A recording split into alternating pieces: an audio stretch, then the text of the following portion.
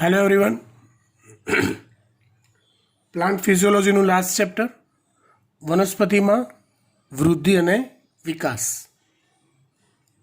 દોસ્તો, આ ચેપ્ટરમાં ટેક્સ્ટબુકની અંદર જેટલું આપેલું છે ને એ પ્રમાણમાં ઇનફ છે. બહુ જ ઓછા ટોપિક એવા છે કે જેમાં આપણે ડીપમાં જવું પડે. એમાંનો એક ટોપિક આજે આપણે સ્ટાર્ટ કરીએ. બીજની સુષુપ્ત અવસ્થા. બીજની સુષુપ્ત અવસ્થા.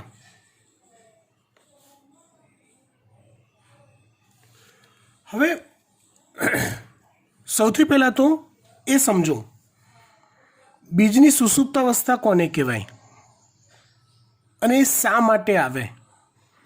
જો એકવાર બીજનું નિર્માણ થયું, એ નિર્માણ પામ્યા પછી બીજ એક બ્રેક લે છે. એટલે કે બીજમાં ચયાપચયની પ્રક્રિયાઓ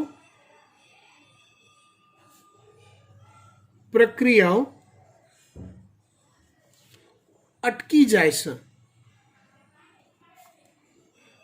અને બીજ એક નિષ્ક્રિય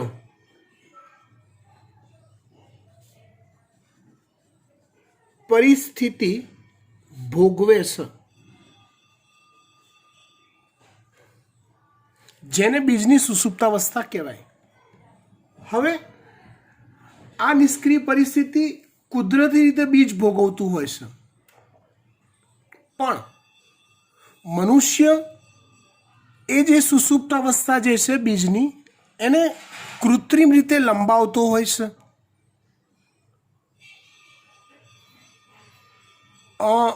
દાખલા તરીકે આપણે આપણા ઘરમાં જેટલા બી સંગ્રહિત બીજ છે ને એ સંગ્રહિત બીજને પાણી અને ઓક્સિજન ન મળે એ રીતે રાખતા હોઈએ છીએ. તો પાણી અને ઓક્સિજન જો ના મળે તો બીજમાં બીજાંકુરણ થવું શક્ય નથી. આપણે વર્ષ સુધી 2 વર્ષ સુધી એ સંગ્રહિત બીજનો ખોરાકમાં ઉપયોગ કરવો છે, માટે આપણે કૃત્રિમ રીતે એ પરિસ્થિતિ બીજને આપીએ છીએ. પણ કુદરતી રીતે પણ બીજ થોડાક સમય માટે, અઠવાડિયા માટે, 10 દિવસ માટે, 15 દિવસ માટે, મહિના માટે, 6 મહિના માટે આવી નિષ્ક્રિય અવસ્થા તો કુદરતી રીતે બીજ ભોગવે જ છે, જેને બીજની સુષુપ્તાવસ્થા કહેવાય છે. એની પ્યોર વ્યાખ્યા એવી થાય કે બાહ્ય પરિબળો અનુકૂળ હોવા છતાં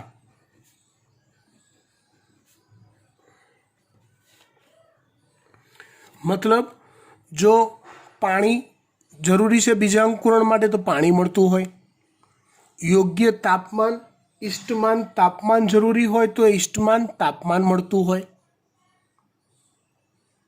આમ છતાં પણ જો બીજમાં બીજાંકુરણ ન થાય તો એને બીજની સાચી સુષુપ્તાવસ્થા કહેવાય છે. બાહ્ય પરિબળો અનુકૂળ હોવા છતાં બીજમાં બીજાંકુરણ ન થાય તે અવસ્થાને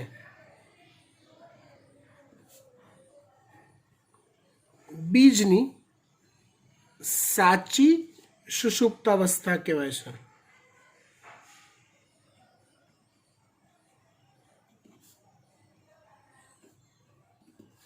તે અવસ્થાને બીજની સાચી સુષુપ્તાવસ્થા કહેવાય છે. સવાલ એ થાય, આ સુષુપ્તાવસ્થા શા માટે આવે? રીઝન શું? તો વનસ્પતિ એ પ્રચલન, મોટે ભાગે વનસ્પતિ પ્રચલન ક્ષમતા ધરાવતી હોતી નથી. વનસ્પતિમાં પ્રચલન ક્ષમતાનો અભાવ હોય છે.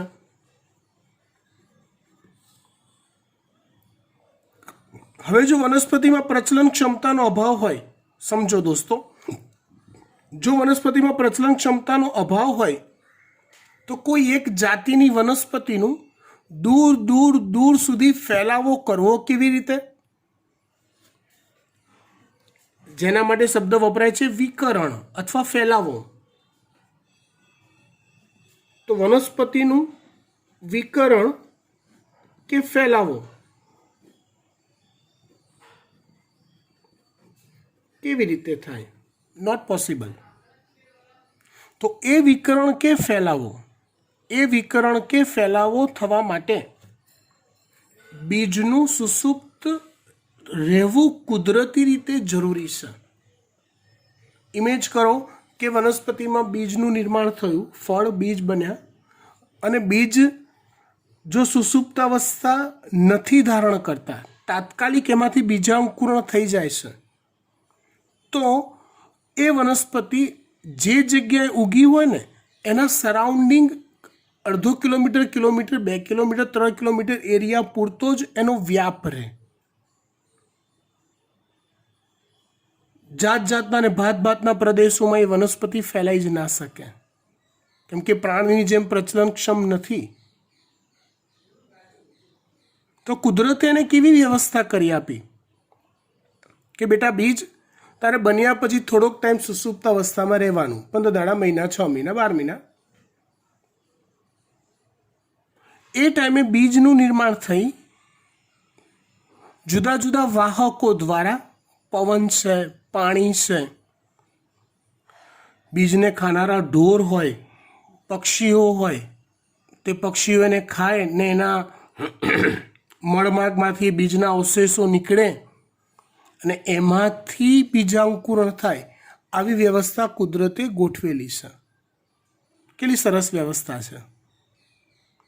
કોઈક પ્રાણીએ કોઈક બીજ ખાધા, પોતાનું પેટ ભર્યું, પણ એ બીજના કેટલાક અવશેષો મળ દ્વારા નીકળ્યા, પણ એ પ્રાણી ત્યાં સુધીમાં 5, 7, 10, 20, 25 કિલોમીટર, 30 કિલોમીટર દૂર પહોંચી ગયું હતું ને ત્યાં મળે ત્યાગ કર્યો અને એ મળમાં રહેલા બીજના અવશેષોમાંથી બીજાંકુરણ થયું. આમ વનસ્પતિ પાસે પ્રચલન ક્ષમતા નથી, તો બીજની સુષુપ્તાવસ્થા નામની એક વ્યવસ્થા કુદરતે ગોઠવી, જેનાથી ફાયદો એ થયો કે એ વનસ્પતિ પ્રચલન ન કરતી હોવા છતાં પણ દૂર દૂર સુધી વિકરણ પામે છે. માની લો કે વરસાદની ઋતુ છે, બીજ નિર્માણ થયું, પણ એ બીજ સુષુપ્તાવસ્થામાં છે, એ જમીન પર પડ્યા છે બીજ, પણ બીજાંકુરણ નથી પામતા. વરસાદ આવ્યો, પાણી વહેવા લાગ્યું, વહેતું વહેતું પાણી બધું નદીઓમાં ગયું, નદીઓ 2000, 3000 કિલોમીટર દૂર ક્યાંક કાંપ સ્વરૂપે બીજને ફેંકી દે અને એ જગ્યાએ એ બીજનું બીજાંકુરણ થાય. આમ દૂર દૂર સુધી ફેલાવા માટેની કુદરતે ગોઠવેલી આ વ્યવસ્થા છે. એટલે બીજની સુષુપ્ત અવસ્થા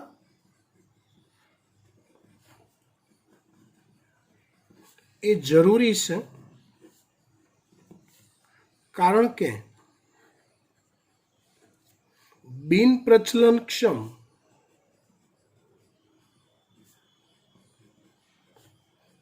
વનસ્પતિઓનું વિકરણ કે ફેલાવો બીજની સુષુપ્તાવસ્થા ને કારણે જ શક્ય બને છે.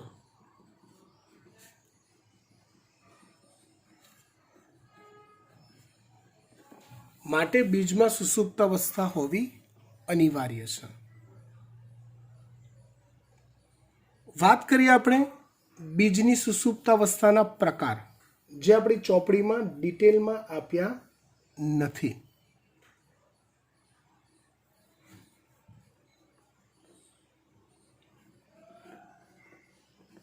બીજની સુષુપ્તાવસ્થા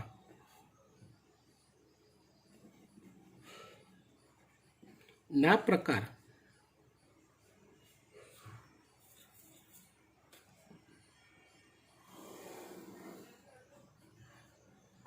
કયા કયા પ્રકાર છે? તો પહેલો પ્રકાર છે બાહ્યજન્ય. બાહ્યજન્ય સુષુપ્તાવસ્થા. સુષુપ્તાવસ્થા પાછળ એડ કરી દેવાનું. બીજો પ્રકાર છે અંતઃજન્ય સુષુપ્તાવસ્થા. ત્રીજો પ્રકાર છે એકરૂપ સુષુપ્તાવસ્થા. અને ચોથો પ્રકાર છે દ્વિતીયક સુષુપ્તાવસ્થા. ફરી એકવાર, બીજની સુષુપ્તાવસ્થા 4 પ્રકારની હોય. 1 બાહ્યજન્ય સુષુપ્તાવસ્થા, 2 અંતઃજન્ય સુષુપ્તાવસ્થા, 3 એકરૂપ સુષુપ્તાવસ્થા, 4 દ્વિતીયક સુષુપ્તાવસ્થા. પહેલા વાત કરીએ આપણે બાહ્યજન્ય સુષુપ્તાવસ્થાની.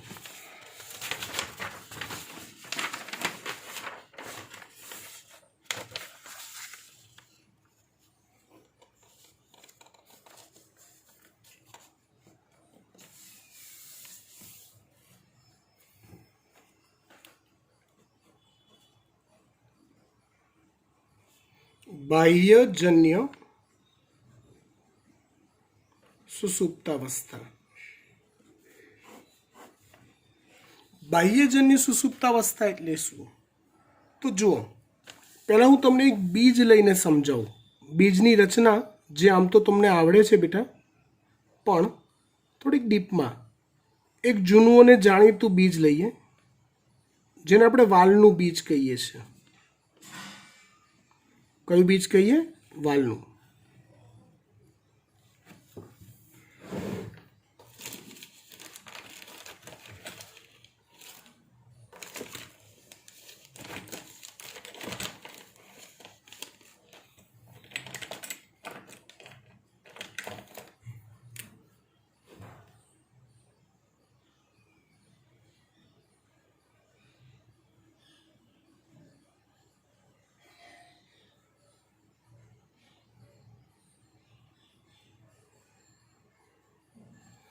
જો બીજની જે રચના છે ને, એ રચનામાં બહાર બીજાવરણ હોય, એમાં બાહ્ય બીજાવરણ હોઈ શકે, અંતઃ બીજાવરણ હોઈ શકે, અંદરના ભાગમાં બીજપત્રો હોય.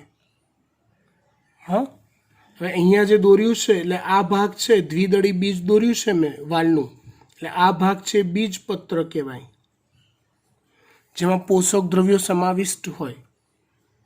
હા, આ જે ભાગ છે એ બીજની ગર્ભધરી અથવા તો બીજનું ભ્રૂણ કહેવાય. બીજની ગર્ભધરી અથવા તો ભ્રૂણ કહેવાય. આ વચ્ચેનું જે ગ્રીન કલરનો ડાર્ક પોર્શન આપ્યો છે એ બીજની ગર્ભધરી અથવા તો ભ્રૂણ.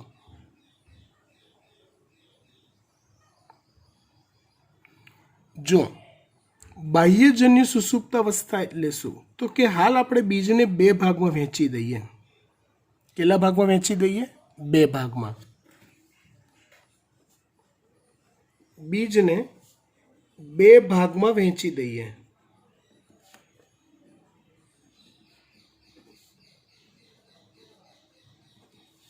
એક, બીજનો એ ભાગ કે જેમાંથી નવો વનસ્પતિ દેહ રચાવાનો છે.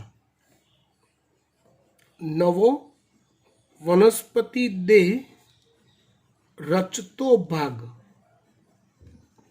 જેને આપણે ભ્રૂણ કહી દઈએ. એટલે નવો વનસ્પતિ જે ભાગ બનશે એ ભ્રૂણમાંથી બનશે. એમાં ભ્રૂણમૂળ, ભ્રૂણાગ્ર, ઉપરાક્ષ, અધરાક્ષ આવા ભાગો હોય. તમને ખ્યાલ છે? ભ્રૂણમાં ભ્રૂણાગ્ર, ઉપરાક્ષ, અધરાક્ષ, ભ્રૂણમૂળ એવા. તો એ ભ્રૂણ કે જેમાંથી નવો વનસ્પતિ દેહ રચાશે. અને બીજો ભાગ એ સિવાયનો, એ સિવાયનો ભાગ એટલે ભ્રૂણ સિવાયનું બધું જ, એટલે કે બીજપત્રો આવી ગયા, ભ્રૂણપોષ આવી ગયું, પોષક દ્રવ્યો આવી ગયા, બીજાવરણ આવી ગયું, આ બધા ભાગો એ બીજો ભાગ થયો. હવે બાહ્યજન્ય સુષુપ્તાવસ્થા એટલે સમજો ભ્રૂણ સિવાયનું જે કંઈ પણ છે ને આ બધું મેઇન વસ્તુ છે. કુદરતી રીતે બીજમાં હાલ બીજાંકુરણ થવાની શક્યતા નથી. સવાલ પૂછે કે ભાઈ કેમ શક્યતા નથી? તો એ કેમ પાછળના જે કારણો છે એટલે કોઈકની અંદર તો કંઈક ઇસ્યુ હશે જ. જો એ ઇસ્યુ ભ્રૂણ સિવાયના બહારના ભાગોનો હોય તો એને બાહ્યજન્ય સુષુપ્તાવસ્થા કહેવાય. સમજો ભ્રૂણ સિવાયના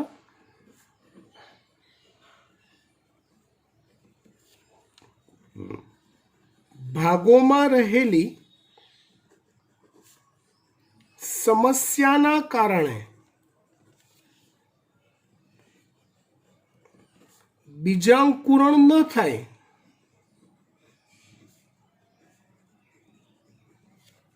તો તેને બાહ્યજન્ય સુષુપ્તાવસ્થા કહેવાય. ભ્રૂણ સિવાયના ભાગો છે એમાં પ્રોબ્લેમ હોય અને એના લીધે બીજાંકુરણ ન થાય તો એને બાહ્યજન્ય સુષુપ્તાવસ્થા કહેવાય. હવે એ બાહ્યજન્ય સુષુપ્તાવસ્થાના બી પાછા પ્રકાર પડે છે. પહેલો પ્રકાર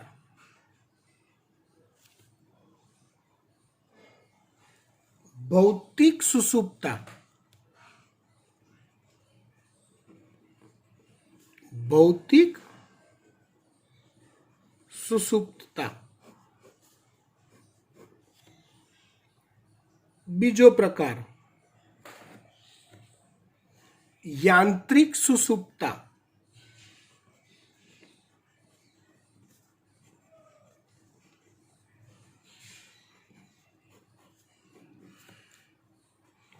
ત્રીજો પ્રકાર રાસાયણિક સુષુપ્તતા.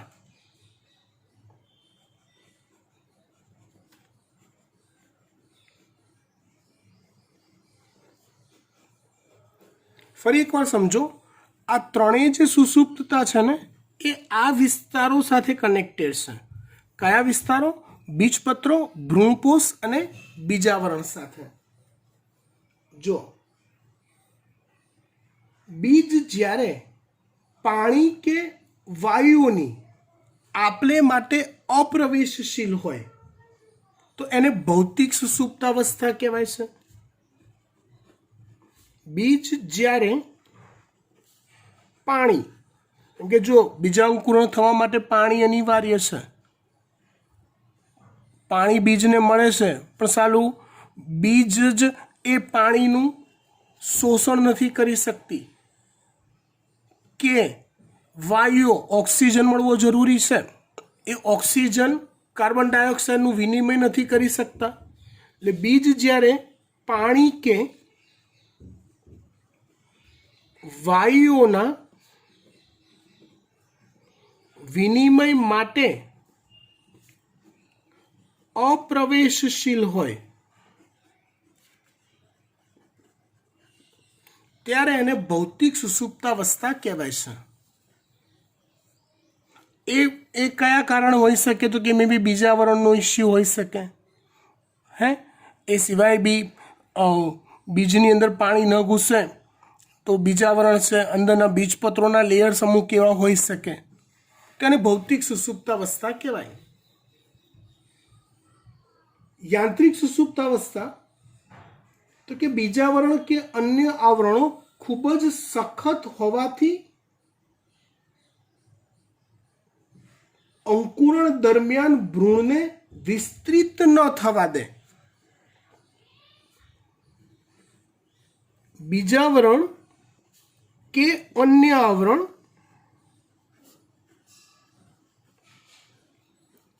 બીજાવરણ કે અન્ય આવરણ સખત હોવાના લીધે વિકસતો ભ્રૂણ બહાર ન આવી શકે તો એને યાંત્રિક સુષુપ્તાવસ્થા કહેવાય. દાખલા તરીકે હું આવું કહેવા માંગુ છું કે જ્યારે બીજમાં બીજાંકુરણ થાય ને ત્યારે સૌથી પહેલાં તો બીજ છિદ્રમાંથી મૂળ વૃદ્ધિ પામીને બહાર આવે, ભ્રૂણમૂળ આ રીતે, જેને ફણગો ફૂટ્યો હોય એવું કહેવાય, અને એમાંથી ધીમે ધીમે વનસ્પતિની વૃદ્ધિ થાય. તો બહારના આવરણ સખત હોવાના લીધે આ ઘટના બને જ નહીં, તો એને કહેવાય છે યાંત્રિક સુષુપ્તાવસ્થા. રાસાયણિક સુષુપ્તાવસ્થામાં કેવું હોય કે ભ્રૂણની આસપાસ રહેલા આવરણમાં વૃદ્ધિ નિયામકો પૂરતા હાજર ન હોય.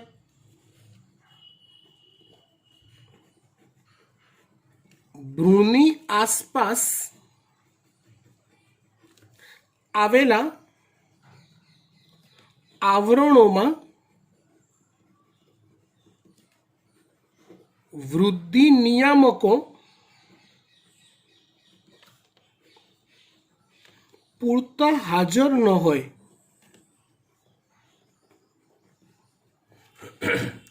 તો એને રાસાયણિક સુષુપ્તાવસ્થા કહેવાય છે.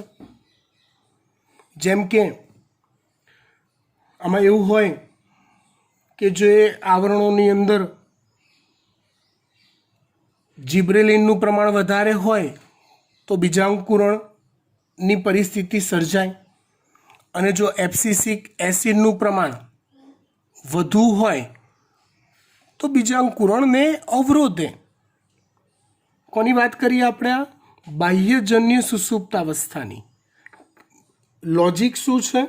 તો કે બીજમાં ભ્રૂણ સિવાયના જે ભાગો છે એ ભાગોમાં કોઈક ઇસ્યુ હોય. કેવા કેવા ઇસ્યુ હોય? તો આ 3 ટાઈપના હોય.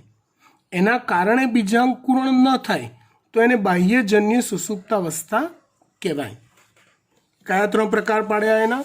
ભૌતિક, યાંત્રિક અને રાસાયણિક. બાહ્યજન્ય સુષુપ્તાવસ્થાના પ્રકાર.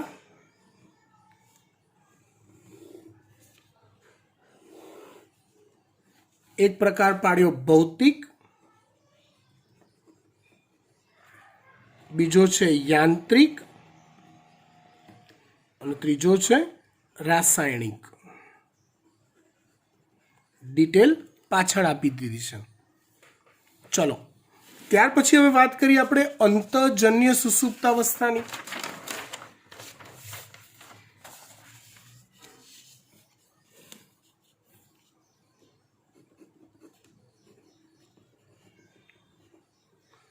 અંતઃજન્ય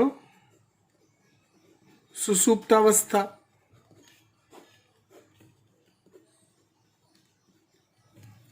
અંતઃજન્ય સુષુપ્તાવસ્થા એટલે શું? આનું ઓપોઝિટ. બાહ્યજન્યમાં પ્રોબ્લેમ કોની અંદર હતો? ભ્રૂણ સિવાયના ભાગોમાં. અંતઃજન્ય સુષુપ્તાવસ્થામાં શું? તો કે ભ્રૂણ સિવાયના ભાગો તો ઓકે છે, બીજાંકુરણ માટે રેડી છે, પણ સાલું ભ્રૂણ રેડી નથી. ભ્રૂણ પોતે રેડી નથી બીજાંકુરણ કરવા માટે. તો એ સમસ્યાને કહેવાય અંતઃજન્ય સુષુપ્તાવસ્થા.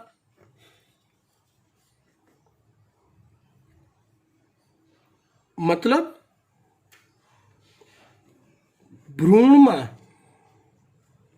ભ્રૂણ પોતે બીજાંકુરણ માટે તૈયાર ન હોય તે સમસ્યાને અંતઃજન્ય સુષુપ્તાવસ્થા કહેવાય છે, કે જેમાં ભ્રૂણ પોતે તૈયાર ના હોય.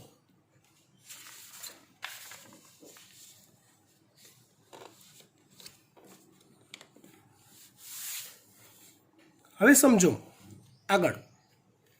અંતર્જન્ય સુષુપ્તાવસ્થાના બી કેટલાક પ્રકાર પડે છે. પહેલો પ્રકાર છે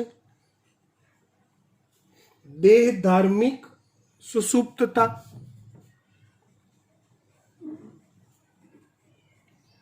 દેહ ધાર્મિક સુષુપ્તતા.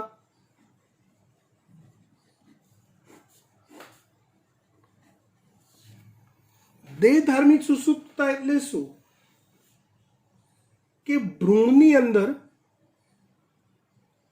વૃદ્ધિ થવા માટે, કોષ વિભાજન થવા માટે જે દેહ ધાર્મિક ફેરફારો થવા જોઈતા હતા એ ન થયા હોય.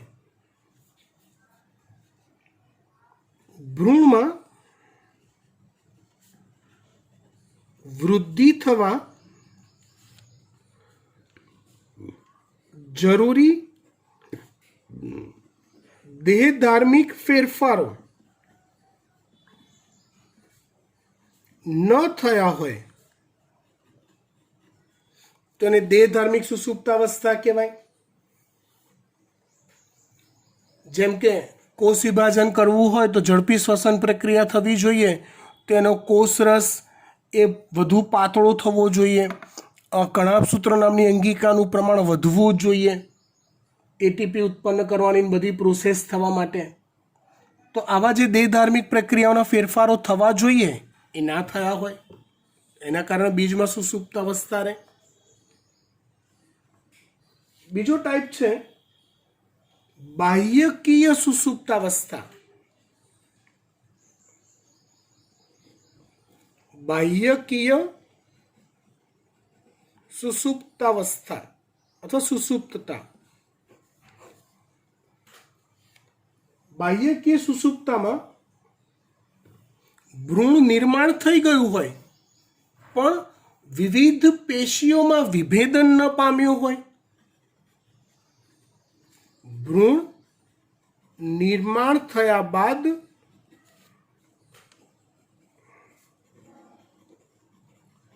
વિવિધ પેશીઓમાં વિભેદન ન પામ્યો હોય.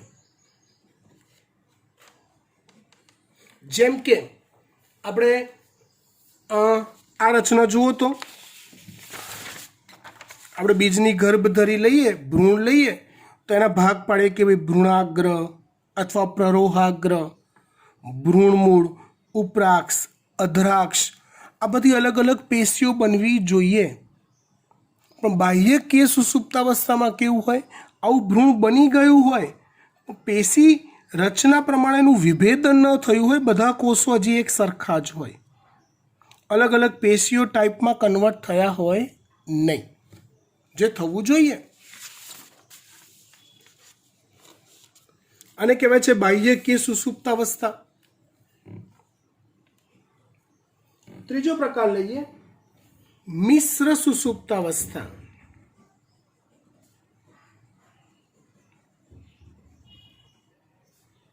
અથવા મિશ્ર સુષુપ્તતા. મિશ્ર સુષુપ્તતા એટલે બંને પ્રકારના ઇસ્યુ હોય. દેહ ધાર્મિક સુષુપ્તતા પણ હોય અને બાહ્યકીય સુષુપ્તતા પણ હોય. એ બંને મિક્સ હોય તો એને મિશ્ર સુષુપ્તતા કહેવાય. આવા બીજ જે હોય ને કે જે આવી મિશ્ર સુષુપ્તતા દર્શાવતા હોય એની સુષુપ્તાવસ્થાનો સમયગાળો લાંબો ચાલતો હોય છે. કોઈ એકાદ ટાઈપની સુષુપ્તાવસ્થા હોય તો જલ્દી સોલ્વ આઉટ થાય, પણ એક કરતાં વધુ પ્રકારની સુષુપ્તાવસ્થા હોય તો એ વધુ લાંબો સમય ચાલતી હોય છે. ડન. 3 પ્રકાર આવ્યા એના: દેહ ધાર્મિક, બાહ્યકીય અને મિશ્ર.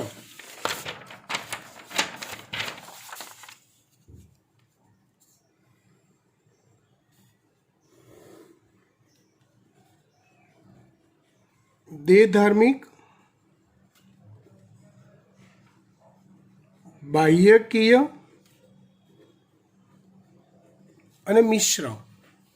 દેહ ધાર્મિક, બાહ્યકીય અને મિશ્ર.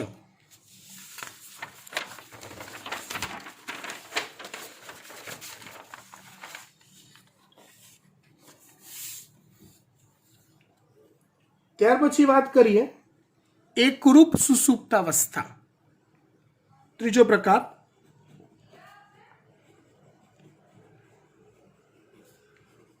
એકરૂપ સુષુપ્તાવસ્થા. એકરૂપ સુષુપ્તાવસ્થા એટલે શું? તો સમજો, બાહ્યજન્ય અને અંતઃજન્ય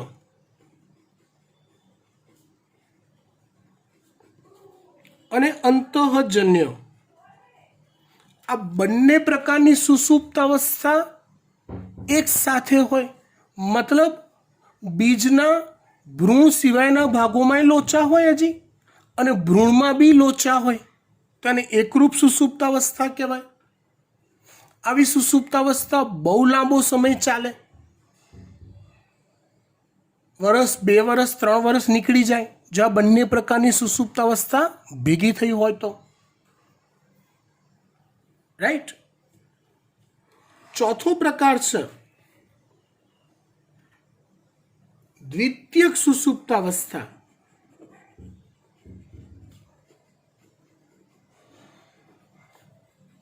હકીકતમાં આ દ્વિતીયક સુષુપ્તાવસ્થામાં બીજનો પોતાનો કોઈ વાંક નથી, અને આમ જોવા જાવ તો આને જેન્યુન સુષુપ્તાવસ્થા કહેવાય પણ નહીં, પણ પ્રકારમાં છે એટલે ભણી લેવું પડે.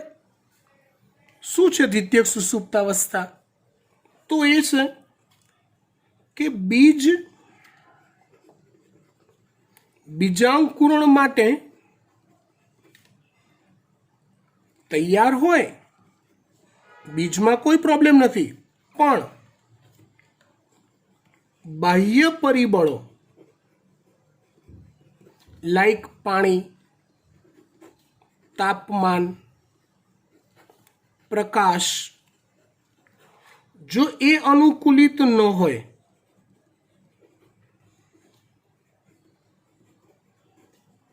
તો વનસ્પતિમાં દ્વિતીયક સુષુપ્તાવસ્થા જોવા મળે છે, એવું કહેવાય.